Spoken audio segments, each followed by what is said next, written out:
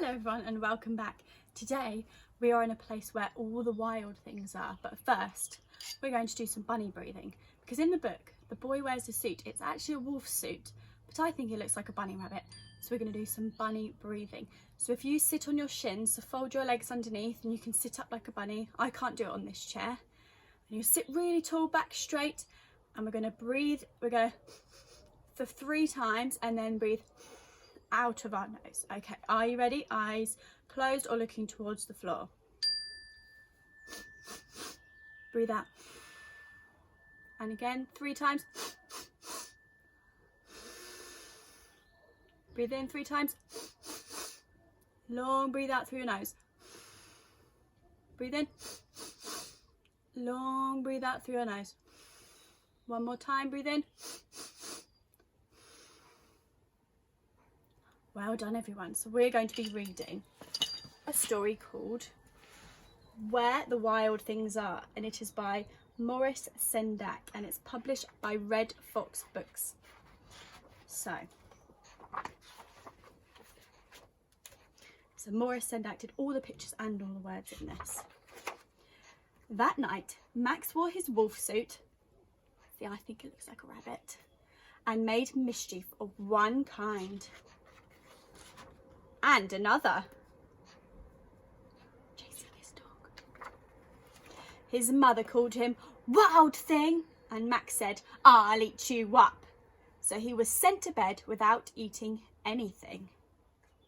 He's really cross about that. That very night in Max's room, a forest grew.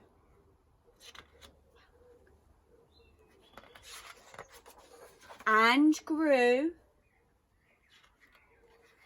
And grew until his ceiling hung with vines and the walls became the world all around. It's beautiful.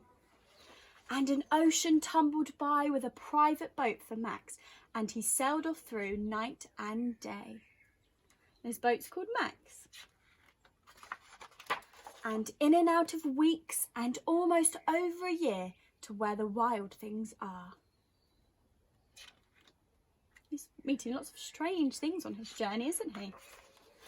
And when he came to the place where the wild things are, they roared their terrible roars and gnashed their terrible teeth and rolled their terrible eyes and showed their terrible claws. Till Max said, "Be still," and tamed them with his magic trick of staring into their yellow eyes without even blinking. How long can you not blink for? Oh, it's hard, isn't it? And they were frightened and called him the most wild thing of all, and made him king of all wild things. "And now," cried Max, "let the wild rumpus start." They're having the best time dancing under the moon and under the stars. And there's King Max, king of all wild things. There they are, swinging on branches, having a great time. And there he is, King Max, riding one of the wild things. "Now stop," Max said, and sent the wild things off to bed without their supper. And Max, the king of all wild things, was lonely and wanted to be where someone loved him best of all. Then all around from far away across the world, he smelled good things to eat. So he gave up being king of where the wild things are. But the wild things cried, "Oh, please don't go. We'll eat you up. We love you so." And Max said, "No."